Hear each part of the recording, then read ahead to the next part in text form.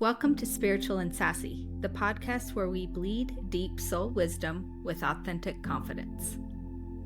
We're your host, Tressa and Myra, and together we'll explore the mystical side of life, challenge societal norms and programming, and embrace our inner power. Whether you're on a spiritual journey or just love a little sass, this space is for you. Let's dive in and light up the world with a little more love. Hey, we're back on a Sunday. Yes, and we're cozy Sweatshirts with and our sweatshirts. Cozy, yeah. Trying to stay warm. Yeah, I don't even know what I am. Hot, cold, in between. Like I've seen like on the internet for Wyoming and in North Carolina too, where it's like spring, summer, back to fake spring, fake summer, winter again. Yeah. Like the weather, I don't even know. I laugh because earlier today Blake was watering our plants and like we redid our mulch. We bought some rose bushes and planted some rose bushes, and he's like watering them, and then we turn around and look outside and it's like a monsoon. Rainy. And so we're like, woo, yeah, that was cool. Yeah, your yard looks nice. You sent me pictures of your new mulch. It looks very nice. Yeah, I'm excited. I love the smell of mulch. I love the smell of potting soil gardening. Yeah, I do too, actually. A Lowe's Hardware. Yeah, in the gardening section. Yeah, Home Depot, I love it. I love it so much. And so I've just been standing outside going, like breathing it in. And as I'm doing it, there's like pollen going in my, I'm like, but I love it. It's my favorite smell ever. I love like trees and cedar. I love it. The earthier it is, the better. It's the earth element. Yeah. Yeah. Yep. I totally get that. So we're out there, jamming, and Blake, he planted, I've never had rose bushes, so if you out there and listening, excited for you. Yeah, I'm nervous, but yeah, I'm excited. So if anyone's got advice out there, I'd love to have it. But we used to have the peonies in Wyoming, and we couldn't find, well, I'm sure we could have if we searched hard enough, but we found like the roses and stuff, and so we decided to add some color, it'll be fun. Oh, it's going to smell amazing. Yeah, it's that highly fragrant. So we're gonna. I know. I miss your peonies. You used to bring them in for me. I know. In my office. I'm wondering how they're doing right now. Actually, I don't know. I should cruise by your old house and see what's up. Yeah, just look back over the sneak in with. Yeah, you can on the one side. Yeah, it's the gate's won't easy. Mind. Yeah, it's easy to unlatch. Super easy. Yeah, I'm literally on the way home today. We went out and about, and I'm like, man, I really wonder how my peonies are doing. So, mourning my peonies, that's for sure. That's right. But you got roses. See, something new. Yeah, trying something different. I did what? I know. I was very boring, but I thought it would look pretty. There's a lot of green. I have a lot of color going on with my house. Yeah. Like the house is fun and different, and has depth. And I'm like, some white would brighten it So, up. like, how long will it take them to bloom? Like, what's I really like? don't know. Oh, yeah. Know nothing about it either. I know nothing. And like living here, we're excited because we're going to buy some planter boxes and do a garden again. Do a garden. Yeah, like I'm just so excited to reconnect with earth and nature, and this is like my jam. Just something about it. And Nola loves it too, and there's something about watching something grow like that you did, whether be a vegetable or even a plant. You nurture it, take care of it.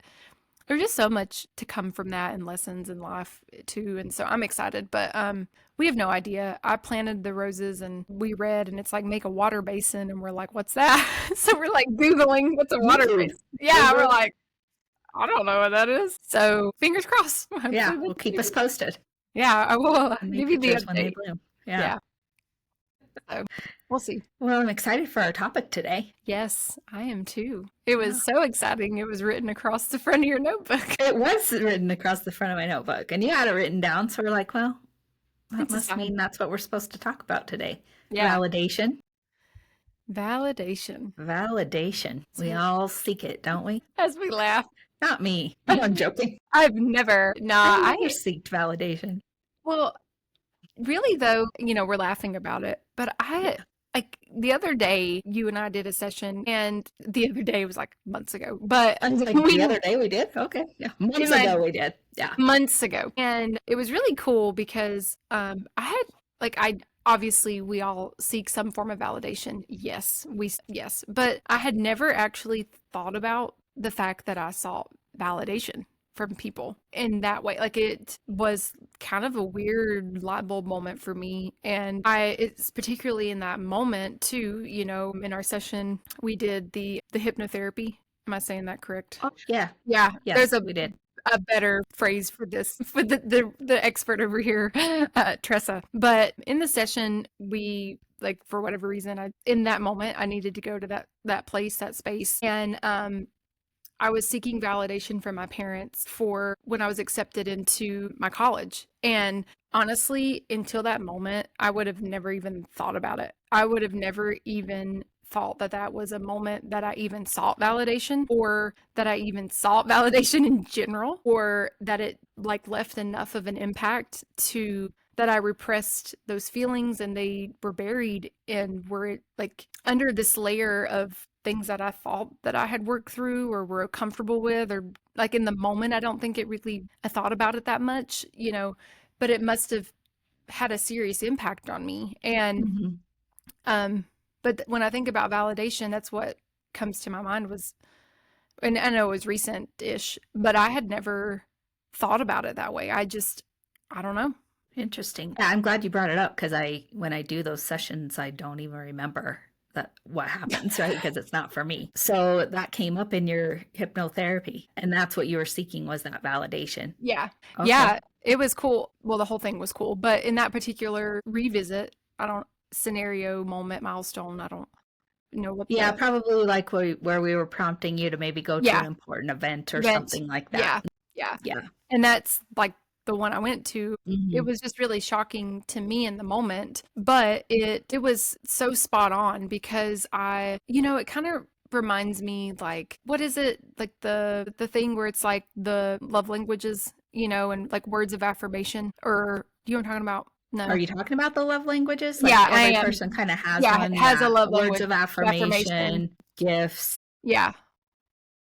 I don't know. Is there 4 or 5? There's a million, or there's like Yeah. 5, or Or, there's I like don't know. 7, Yeah. maybe. I don't know. Anyways, I'm jumping there because Yeah.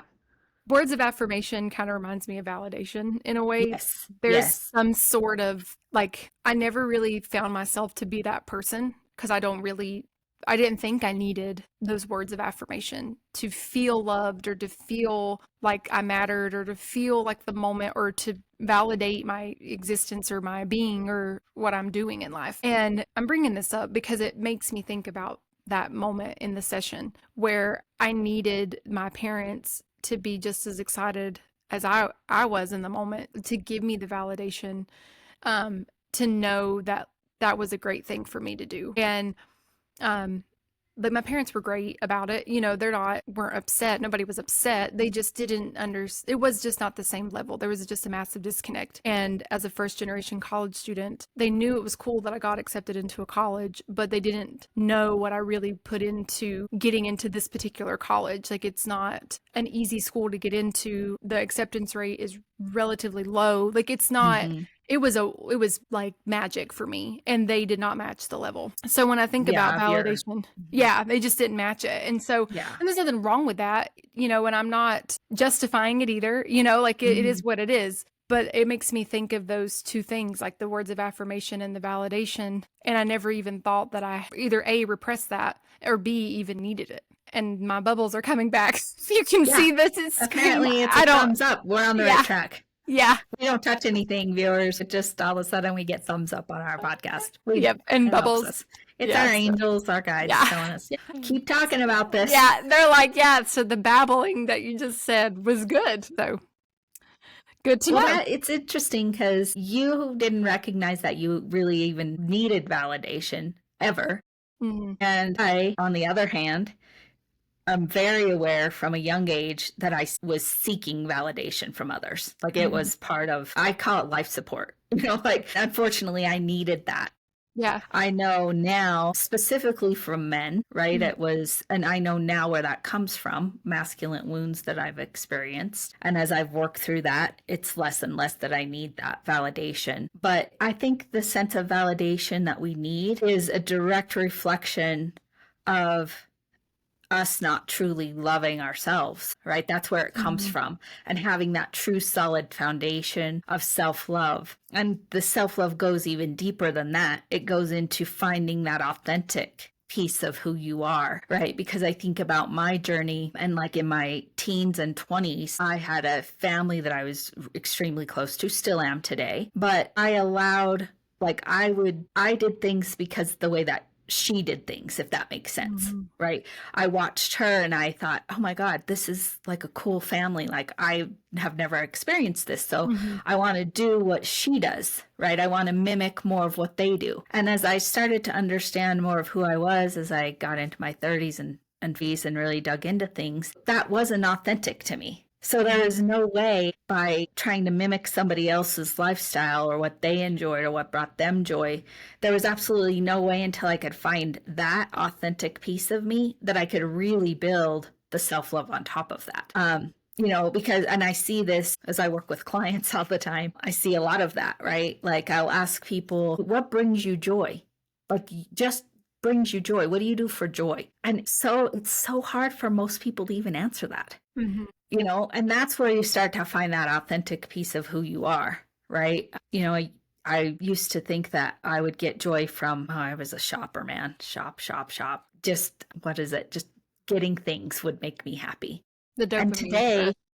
yeah, today it's like I can still sense sometimes where I'll like want to use that as a crutch, if you will, or a Mhm. filler, but it's not like I don't need to consume today to make myself feel a certain way, which I used to have to do. That's also kind of a form of validation, right? Giving yourself that validation through whatever it is, shopping, sugar, Yeah.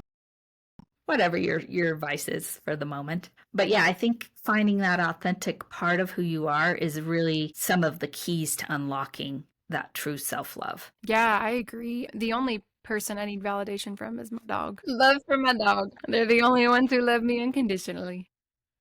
It's true But yeah, though. They yeah. do. But yeah, I agree. I totally I agree with even the shopping. I've been there. It provided me some form of validation, whether it was self-image, like I'm getting a Yes. piece of Yep. clothing to make me feel away, to look away, or I see a model and I want to look like that person because they're wearing this or they look good in this, and like, I agree. It goes all the way back to just self-love, and I think about, it reminds me too of like school. That's where some of this even begins for some people, like just being validated by your teacher, like that you're Mm-hmm. doing a good job Yep. because you see the way they're like, you have this form of one person in a room of what, 15 to 20 kids, and you see the way they interact with different kids, but if they're not acknowledging you, are you getting the right validation that you're doing a good job? Like, what defines a good job? Like, what defines I'm doing good, or I look good, or I feel good, or I'm on the right path, or I'm doing the right thing? Like, what even defines that, And I find myself like, honestly, after I worked through the call out in our session, like, Mm-hmm. I don't like, I felt like I needed that in my management, or not my management style, but like from a manager to me, like I needed Mm-hmm. before, like I needed you're doing amazing, you're doing great. But I don't, but in those moments I did, because I hadn't really healed from the validation. And now that I see myself in different environments, I'm not looking for that anymore. Mm-hmm. I'm not looking for someone to tell me, like, I don't need that to say I'm actually doing a good job. And I'm not like, it's changed my expectations too. Like when you are seeking validation from others, you put a lot of expectation on other people. Mm-hmm. For example, like my husband might not know that I need validation for this. So I'm putting this false expectation on him that he's not even aware of. So he's never going to make it or live up to those expectations unless, one, I'm communicating them to him, or like it's even like makes any sense, like the validation's all on me. It's all in my head. It's all on what I think I need for me to move forward. But then again, you're continuing to put these cycle of expectations on other people, and they're never going to live up to them because you have these hopes and dreams that are all hypothetical or are unknown or are here or there. And it really just causes a lot of in your head, it's all in your head, and you're causing a lot of disappointment in yourself already, just because there's just this, you know what I'm trying to say. Yeah. Maybe. I do. I mean, I think I love that you hit on expectations, right? And having an expectation that somebody else can give you validation. I mean, it's false anyway. It's impossible. It's not that, giving an authentic compliment is beautiful when it's Yeah. authentic, right? And you can feel that. But to expect somebody to make you feel a certain way, that can never happen. Mhm. They could do it all day long, every day, 7 days a week, Yeah. and you will never feel differently. It's like a drug. You continue to seek it because you want to feel something else, but Mhm. until you do the internal work, that will never matter. Yeah. Right? That will never shift. That will never change. Nobody can fill you up. It's like you're a cup that just has a sieve in it, right? It just keeps Yeah. draining out. You want it again and again and again. And that's a really unbalanced way to live. And so if you, again, kind of going back to one of the things that I 100% believe in is that if you can't acknowledge where you are, you have no opportunity to change. Yeah. Right. So if you're out there and you're listening to this and you start to pay attention, like, am I seeking validation? How do I feel when I get the validation? Is it like, it's my little hit? Oh, I want more of that validation. And when the individual, a lot of it comes from our partners, right? If they're not giving, or like a boss, if I'm not getting that, how do I start to feel when I don't get it? Do you start to feel angry, Mhm. agitated? Then you go into blame. Well, what? I'm just not good enough. They don't love me. I'm not doing a good enough job. But you're putting it on somebody else to make you feel something differently, Mhm. right? So having that awareness is key to start to understand where it comes from and how you start to change it. For me, I wasn't like, I'm telling you now because I can look back and see the need for validation. But when I was in that state, I didn't recognize it in any Mhm. way, not even close, right? Until I started to kind of dig into my own traumas, then I could really understand. And I saw it, even in the last 5 years, where I still had that little bit of seeking validation, specifically from men. That was a lot of my wounding was from a lot of masculine energy as a child. So, um, but the more that I could recognize it now, I feel like I'm in a space where, I mean, it's still there a little bit. I would love to tell you I never seek Oh, yeah, for validation sure. from anyone. Yeah. I wish I was there. I'm not 100% there, but what I can say is that I'm really, really aware of when it happens. And I can go, okay, what is this little shadow showing me? I still have some work to do in that area, right? Mhm. It goes back to, am I fully loving myself? Am I fully accepting myself? Am I fully being present for who I want to be? And when I start to see that I'm looking for validation, what I've noticed is it means that I've allowed somebody else's intention to be my intention, right? Mhm. It's not my intention or it's not important to me. And I've let somebody else's intention drive my behavior, right? What they want or what they want to see. It happens to me a lot, specifically at work. Mhm. The collective energy here at work, how is that guiding me? And is that honoring who I am, or am I letting somebody else kind of take over? Yeah. And yeah, and I see that sometimes specifically for me at my job. But Yeah. Yeah, I agree, and I feel like even just having this conversation and the light bulb moments of expectations and just the cycle of disappointment that I've experienced in my life, because I agree with you. If I didn't realize I needed validation, but I'm not sitting here saying I don't need validation. And I agree, and would like to say I'm perfectly magically healed from that. No, I'm not. But I am more aware of where I'm sitting with expectations I place on others in order to seek certain validation. And, I love that you brought up job and I mentioned job because that's a very in your face example of, where even like companies are trying to say, how can we reward our employees? And yes, don't get me wrong. There needs to be some sort of like, you're doing a good job. I do believe in those things, like saying, sure. hey, Yeah. you're doing great.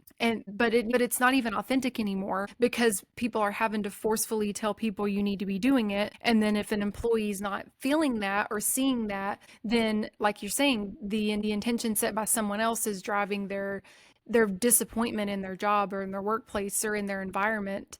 And like for me, I could have just had a simple conversation like, hey, person, like I feel like but and I laugh because it's true. Like I can't tell you how many times just being authentic here, I've walked around going, oh, they don't like me at work, they hate me, they don't think I'm doing a good job, they don't see I'm valued, oh my gosh, like my family don't love me no more, or are you sure you love me, are you sure you like me? And I was chasing a high, I needed the validation, but Hmm. again, I'm putting expectations when I could have easily been like, hey Tressa, I need you to tell me that I'm doing a good job. Is this good? Or what is this? Or hey, I'm disconnected here. But I was just walking around harboring feelings that didn't even exist. You know what Yeah. and then think about it. The I'm monkey already mind made him up. yeah, Yeah. like it's Yeah. and that goes back to anxiety. That goes back to Hmm. the episode we just did. But it's part of that cycle of just disappointment. And you asked in the beginning what even brings us joy. Well, how can we even know what brings us joy if we're constantly fueling disappointment? It's one of those things. And I have a dear friend who this is a cycle they live in. It's constant unrealistic expectations on others, expectations that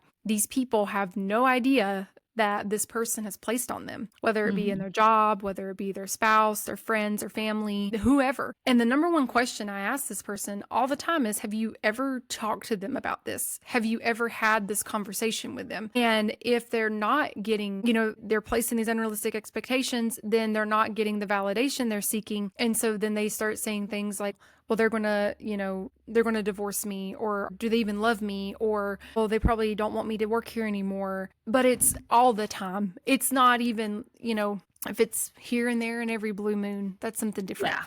It's not, it's constant. And to be in a constant state of disappointment, confusion, but they're looking for these people to be like, no, we love you, you're the best, because they're chasing the high of validation. Like they're Hmm. chasing that rush of knowing they're good enough, because they're insecure in themselves, and they don't have the self-love that they need. And they just don't, there is no, like when you talk about the cup, running Yeah. right out, like Hmm.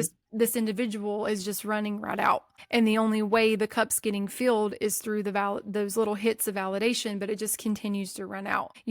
Like they cannot say, if I ask them right now, are you a good mother? Are you a good, friend? Are you a good wife? Are you a good, sister, whatever? I don't know if they can answer those questions, because the only way they can define that is from the validation of the other people telling them that. Yeah. So it's just this Yeah. constant confusion. There's no authenticity to themselves. There's no self-love. It's just this cycle of disappointment. Yeah. And I would guess, I don't know this individual probably, but I would guess that they're judging themselves through the lens of what society says should be, what is successful, right? What is good? What is a good wife? What is a good mom? What is a good friend? And that's where it kind of comes back to that comes back to your uniqueness, right? Because I know for myself, like what it being a good partner is, right? For me, that could be something completely different than what it is for you. And Yeah. you get to define that with your partner, with your, whoever you're with, right? And you get to define that in your own friendships, right? Mm-hmm. Like for me, as I think about some of my friendships, that I've had different friends throughout my life, right? Friendships come and go. And I've had one friend that I've had for over 30 years, Mm-hmm. right? Her and we don't have to talk every day. We don't talk every day. Sometimes we'll go a week or 2 weeks even. Yeah. Text here or there. But I'm not the kind of person who needs that constant, how you doing? What's up? Are you okay? I'm Yeah. not, that's just not me. But I always know that I'm there if she needs something, and I know she's there if I need something. But I don't Mm-hmm. constantly need that validation that the friendship is secure and safe Yep. and we're okay. Right. So you have to kind of understand who you are and how you're going to show up for that. Being a good mom, the way that you parent and the way that your friend parents could be completely different. And it doesn't mean that one is good and one is bad, right? It doesn't mean that at all. No, You know? but that's the problem. Like Yeah. you hit it on the head. I mean, exactly. It's these societal expectations and of what we think we need to be validated by. I think you're exactly right. I think this is why relationships don't last long anymore, Mhm. because my friend and I, we've been friends since 7th grade, and we do talk almost every day, but it's like weird. I don't even know if I ever say, "Hey, how are you?" It's like, "Oh, I just fell." I don't even, you know what I mean? Or, "Hey, oh my gosh, I just spilled coffee." Like it's like it's Yeah. like the conversations never ended. But that's my longest relationship that I've ever had with a person. And I'm grateful for that relationship. But I don't have many copy paste of those same relationships. It's very interesting because I feel like this is some of the causes of why, whether it be a partner or friend or whatever, these expectations and the way you're comparing them through society is what's really hurting these like relationships from being long term or successful or to work. Because I agree with you. Like what you and your partner or spouse, shout out to him, do is not anything that I need to compare myself to. But I respect it. You know, I say that's awesome. I love your relationship. That's fantastic. My relationship with Blake doesn't, like, I'm not cross comparing. And then if I did, then I probably wouldn't have a relationship with Blake. You know what I mean? It just, it's what we deal with, and everything's so amplified. Everyone wants to know everything, and nothing's a secret anymore, and nothing's sacred anymore. And something I want to talk about sometime is the difference between secret and sacred. Like, just because something's secret doesn't mean that it's deceptive or wrong or dirty or whatever these terrible definitions that go around secret, because the way secret gets portrayed is that it's a bad thing. Not always. Keeping things to yourself in private is a way to keep things sacred, you know, and I really believe in that. Like, if I share every single detail with about my relationship or about what I go through with my spouse, then those are no longer secret, and then they become no longer sacred. And these are just things that, like, I learned about through, you know, I learned about it through a religious context, because I studied religion in school, like religious things, objects, and just really what this looks like between secret and sacred, and what sacred even means. But it made me think about this in this conversation because, like, for example, if I'm about to launch a new business and I'm telling every single person about it, it's no longer secretive anymore, and it's out there and it's exposed for everyone's opinions. So then I'm going to start seeking validation, but based on other people's intentions or opinions, and it's no longer even sacred anymore. Like, I would probably be thinking about what A, B, and C, and D said about me, or what they think I should be doing. And then it starts to get convoluted, and then your dream becomes someone else's dream. It's not actually yours anymore because you're too busy comparing to these intentions of others. So I really feel like we should really get back to that as a society. Like, there's things we shouldn't share all the time. Like, you know, it's Yeah, I agree. and then you allow people's energy to start attacking it too. You know, you're welcoming all that into that. No, you're spot on. I like that you brought that up, because what I call it is we're always exchanging energy. So there's like little energy cords all day long, right? That you're putting out and you're taking in. And especially if you're not a very aware person, it happens immediately, right? It's like it's in your subconscious. So, like, I agree with you completely. Like, when we were starting this podcast, right? When we decided to start this podcast, it was interesting. It was when we were doing an energy session with you the last time you were in town. So November-ish. And immediately, intuitively, the name came to me right there in the session. And I said it to you. Okay. So then I'm in a class, coaching class with a couple of other people. And I was telling my coach, like, about the podcast, and we were going to start this podcast. And, like, I knew the name was going to be Spiritual and Sassy. Well, one of the other cohorts in the class was also one of my buddies, and he immediately chat GBT'd all these different names for this podcast for me and sent it to me. And it was really interesting. I had to sit there as I was reading his message, like, hey, just wanted to, throw out some ideas for your podcast name and blah, blah, blah. And, like, it was that little moment that I sat there and kind of went back to the validation. Like, if I pick one of these names, will I get validation from my friend. Right? And also, I sat there for a minute, like, I don't need to do that. I don't need his validation. I don't need his name. I know what the name's supposed to be. Don't deviate. Don't let somebody take your power away. Every goddamn time I do that, it never works out. It's letting your power go to somebody else. I didn't really tell anybody about us doing this podcast because I didn't want those energy cords to come to me, because usually it's their own fear. Like, there's a zillion podcasts out there. How are you going to, how is this going to benefit you? All the things that people's fears come in. And so when it's something like that, you don't owe anyone anything. Like, there is no, like, what happens in your partnership or your relationship, or even for yourself. Like, there are certain things that are mine only. I don't need to share them with anyone else. Ever, if I choose not to, right? It doesn't mean that I'm holding or keeping this little crazy secret, but they're sacred to me. Right. And you also view a situation differently than somebody else. You and I could have we could be in the exact same moment and have something happen, and your version will be different than my version. Oh, yeah. Right. It will be. Yeah. Because of the way that individuals process things. Right. And it doesn't mean that you're wrong and I'm right, or that you're holding something back and I'm not, or vice versa. But yeah, it's interesting how often we let other people's energy impact what we want to do. Yeah. And then that erodes your authenticity, right? Oh And yeah. then, yeah, you're kind Yeah. of on that hamster wheel again. It happens all the time. I mean, I think about like one, obviously I like to share things or I would not be doing a podcast. Yeah.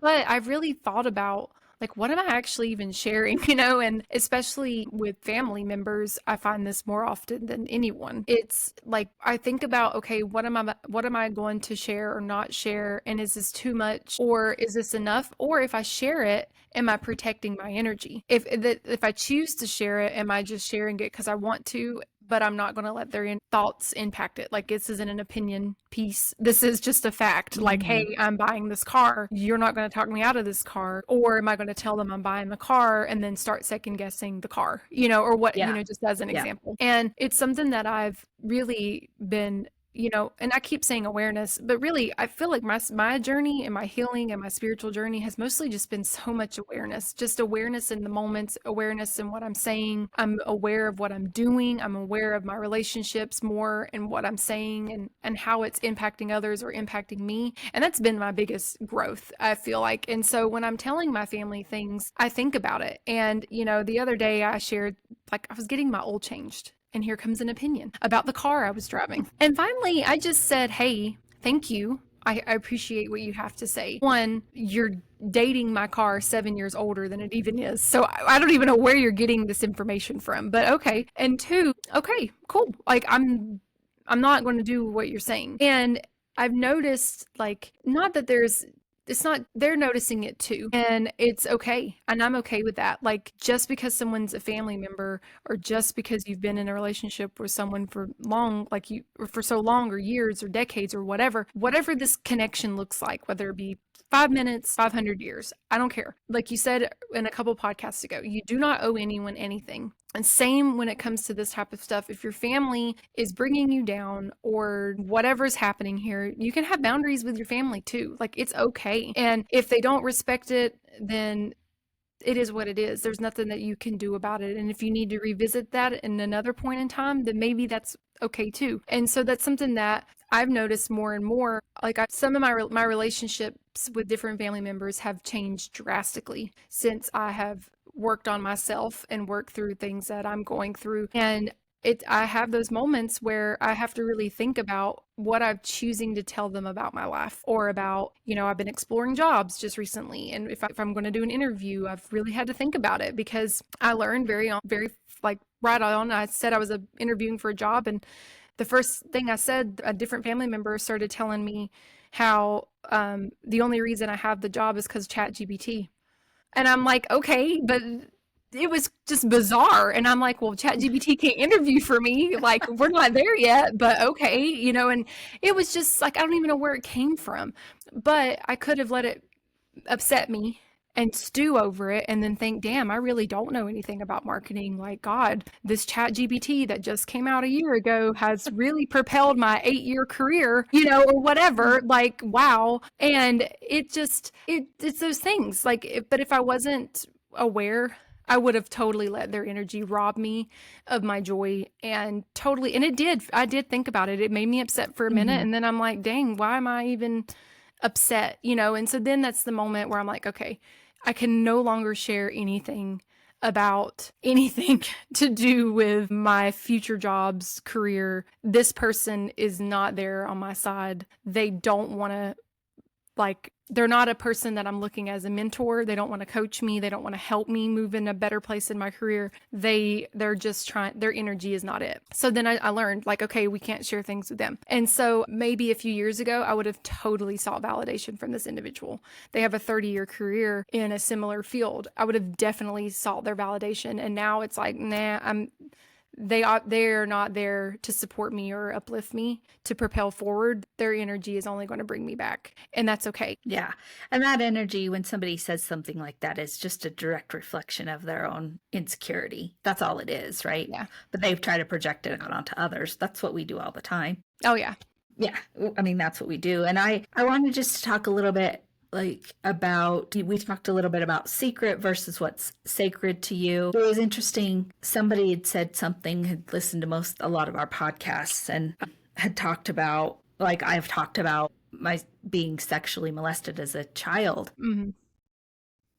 And I was saying something about that, and they're like, yeah, you've been very, like, you bring that up a lot. And I was like, I do, because it is part of my journey. And for so many years, I was in shame over it, right? Shame Hmm. is the lowest vibration. And I want to empower people to say, when you can bring it out of the darkness, out of the closet, right? Hmm. It's just a part of my journey. I want to empower people to know that, like, there's a difference between shame and having something that you hold sacred to yourself. Those are two Yes. separate things, right? Yep. Shame you don't want to keep to yourself. You don't want to, like, oh my God, I was a victim of this. Yeah. This defined me. This, destroyed my whatever.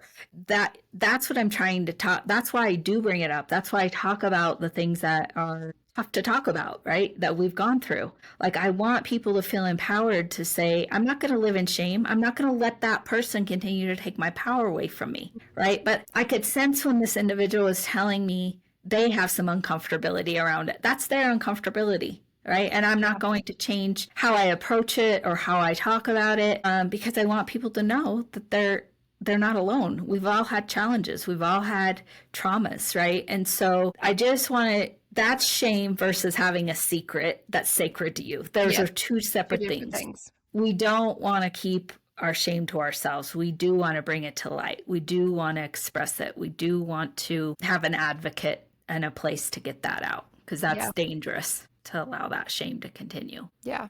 I agree. Thanks for that clarification too, because I think that's a big part of it. Everything we say has an impact, whether it's indirect, direct, or whether we think it does or not. If you're dealing with certain words, certain voices, certain powers that you're putting out there, and I think that's ultimately something we need to stop and think about. So when you're having conversations with others, they might be seeking your validation.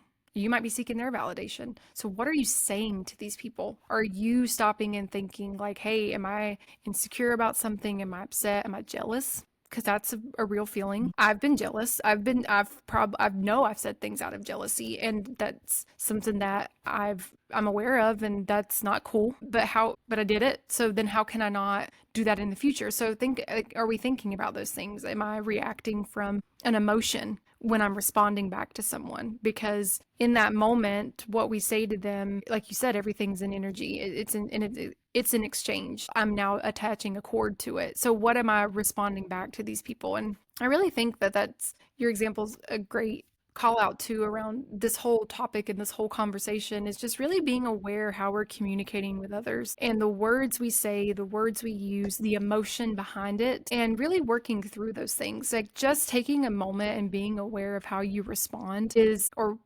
even what you say first. I think it's just a step forward in trying to really be in a higher vibration of just everything has so much power behind it. And when it's out there, it's out there. You put it out there. You can say sorry, you can work through those things, but it still happened. It's still out there. And so if we can just take a moment to think about how we're reacting towards others or what we're saying towards others, and, are they seeking and are you seeking validation from them or whatever? Or are we just trying to get a reaction? Like, that's another thing to think about. Like, are you just trying to get a reaction from someone? I laugh because I feel like the other day someone called me, and I swear on my life they were arguing with themselves in their head before they even called me. And I'm like, okay. I was about to just hang up because I'm in a different place in my life. Like, okay, I didn't even know this happened, but Yeah. okay, whatever. But are we making these hypotheticals up in our head, placing expectations, looking for the wrong validation, or because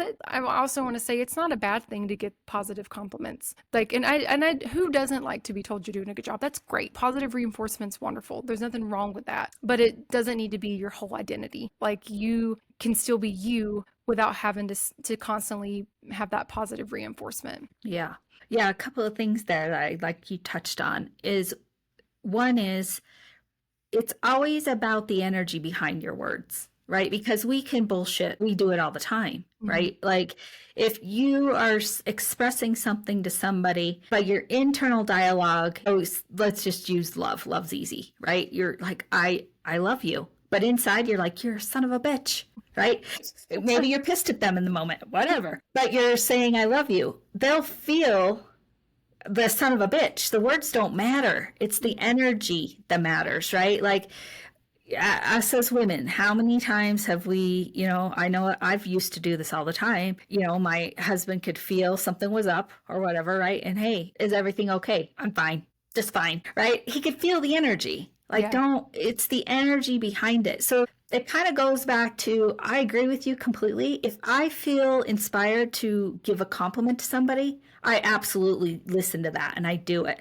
But I do it through the lens of authenticity, Mhm. right? Like I try really hard to not force something out there because when somebody's forcing something, right? You Yeah. can feel it. The compliment or the comment isn't authentic, right? And so if you're not feeling it, don't say it Yeah. just to say it, right? I can't, so many people in my world, I hear it all the time. Like, I can't tell you how many times they say, I'm sorry, what, well, what are you sorry for? Like, what is that energy about? It's like people who say I'm sorry all the time, who truly have nothing to be sorry for, they should really think about what they're doing, because that is also another level of understanding that you don't have a lot of self-love, right? You're apologizing for breathing. You're apologizing. What's that? You have Yeah. every right to breathe and to think and to be who you are. Quit apologizing unless you've done something that you really feel, God, I didn't want to show up that way. I really feel bad about the way I was reacting to that.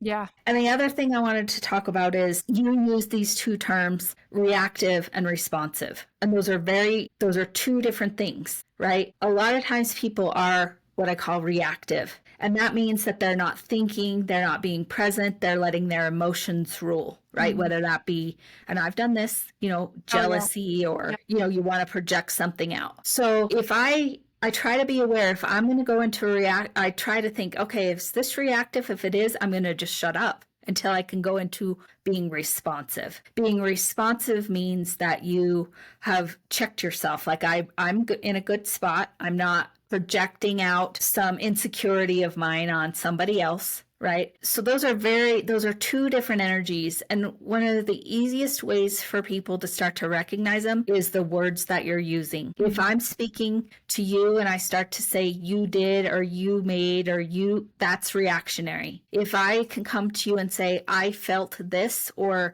I experienced this, that's responsive. It's honoring who I was, right? Not Yep. you have to change something. Yep. You have to do something different to make me feel a different way.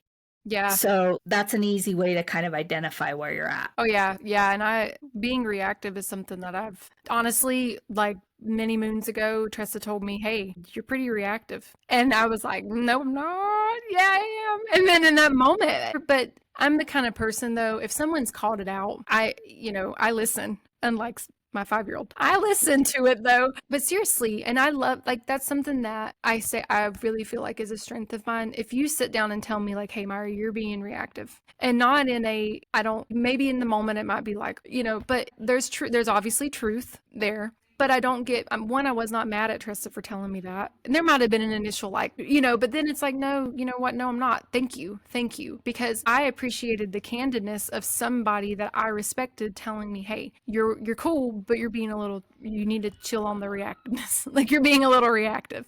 Okay. And then I heard it. And then from that moment forward, I've never forgotten that. So it changed the way that and in my perfect no, I can still be reactive. We can all be reactive, but it's totally changed the way that because talking is a strength. Communication is a strength of mine. But if it's used negatively, I can go into verbal lashing. I can use it totally terrible. It could be, they say a tongue can be a sword. I can go there. Yep. And after that moment, it's really changed the way I think about, okay, so how am I going to respond in this situation? And sometimes that's even walking away and coming back and having it a second time. Like, hey, you know what? I've thought about it. I'm thinking this is where I'm at now. I've had some time to really marinate on it, and I'd like to have the discussion. I believe that once I learned that, that's something that I've worked on and tried to move forward and make it a change, really think about it and be more present in my conversations. And I think about it, using my husband as an example is perfect.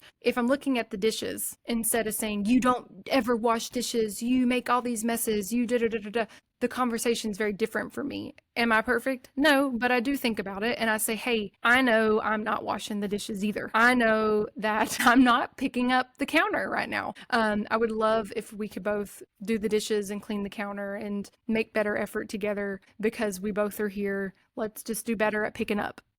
Maybe that's not even the best way. I'm not a marital coach here on conversations between you and your partner, but it's a lot different conversation than me just saying, hey, you do this, you do that, you don't do this, you do blah, blah, blah. I'm taking ownership because I can also go and freaking load a dishwasher. I can also go and wash a dish. Like, I don't need to rely on some other human to clean up either. I don't need to rely on him to fold clothes or to do laundry. I don't need to rely on my kids or whoever. Like, I can do all these things myself. And so I've thought about how I approach those conversations too. I take responsibility first. And then we have a conversation about, okay, so how can we do better to pick up or do more things or to be better at straightening up the home?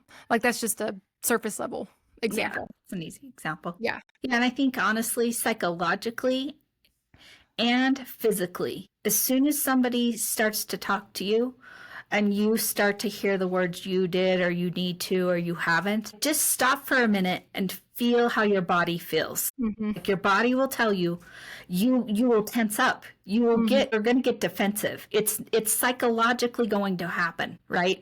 Because you're already prepared to fight back to the individual, right? Oh, yeah.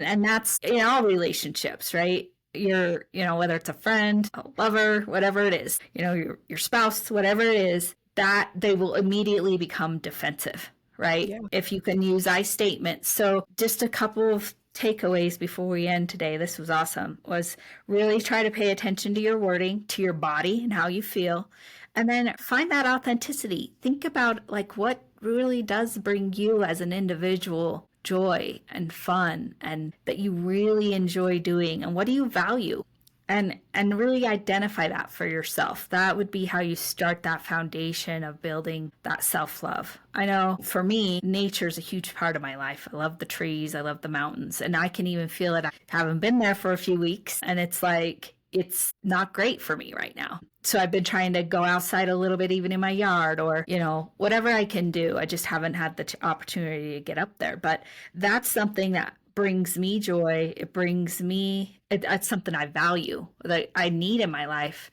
Other people can never go to the mountains and never need that, right? Yeah. So that's just something to think about and really start to consider to build off of. I love it. Yeah. Well, good Well, conversation good. today. Yeah. Validation. Validate yourself, people. Yeah. Validation starts from within. Within, yes. Self-love, folks. Honestly, that's all it is. Just, you gotta love yourself. I know. Like, every I get episode like we a say wand. I can just like wand over myself and other people because it's so we can say Yeah. it. It's not nearly as easy because we're complex creatures. But Oh, I yeah. wish I just had a wand that I could wand everyone to love themselves for who they are. Yeah. Self-love, folks. Maybe one day. Yeah. All right. Well, until next time, keep your vibrations high. And stay sassy.